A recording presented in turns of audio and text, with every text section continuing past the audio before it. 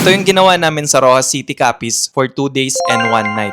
Umalis kami dito sa Iloilo City ng around 9 a.m. Mga 3 hours yung biyahe at dating na namin sa Rojas City is 1 p.m. na. First stop namin is dito sa RML Manukan House. Nag-order kami dito ng chicken paa. Hindi na kami nag-only rice dyan kasi marami pa kaming kakainin after. Masarap yung manok and a must try. Ginawan namin to ng video. Check nyo lang sa page namin. Mga 3 p.m. nag-check-in na kami. Dito pala kami nag-stay sa Casita 1. Along Baybay Street lang to. Yung room namin is loft style, napaka-spacious. Tas nagustuhan namin yung room. Nami magpahuway dito. Napakaganda din ng view dito. Ayan, may dumadaan pa ng mga airplane. Gagawa ako ng separate video dito soon. So abangan nyo na lang. Mga 4 p.m. dito na kami nagtambay sa Black Sand Cafe para mag-coffee. Gandang tambayan nito while waiting sa sunset. Tas nakaka-relax yung waves ng beach. Dami din nagtatambay ng mga foreigner dito. Bumili din kami ng cake dito sa Panulse. Nagustuhan namin to, ang sarap. Then dito kami nag-dinner sa Bitoys. Dami din nag-recommend nito. Parang ito siguro yung Rojas version ng Tatoys or Breakthrough sa Iloilo, no? Damo serving ng sinigang, tas namin tong buttered shrimp nila. Then syempre, di mawawala yung talaba. Then after ng dinner, umuwi na kami at nagtambay lang kami dito sa lobby ng staycation namin. Ganito yung view dito paggabi. Namin talaga, di ba? The next day, pagkagising namin, nag-breakfast na kami. Free pala yan at may kasama pa yan na coffee. Ang sarap ng kain namin dito kasi tignan nyo naman yung view. Ang ganda, di ba? As in. Tas ayan, nag-outfit check lang kami sa beach. 12 p.m. nag-checkout na kami. For sure, magsi-staycation kami liwat dito. Dumaan din pala kami dito sa Rojas People's Park. Nami ang park nila, ang linis. Then after, nagpunta din kami sa ruins of Alcatraz. Ganda ng view dito. Kita yung ganda ng Rojas. Ambal nila, dapat beach resort to. Pero di na natuloy dahil sa Typhoon Yolanda. Walang entrance fee dito, pero may mga bata na nag-aalok ng tour or magpipicture sa inyo. Bigyan nyo na lang sila ng tip. Mga 2 p.m. dito na kami pumunta sa Cafe Terraza para mag-late lunch. Ganda ng view dito, hilltop, alfresco dining. Tas may pa free slice cake pa sila if birthday mo. Namit ang food dito and na must try yung salad nila. Ginawan ko din pala to ng separate video. Panoorin nyo na lang.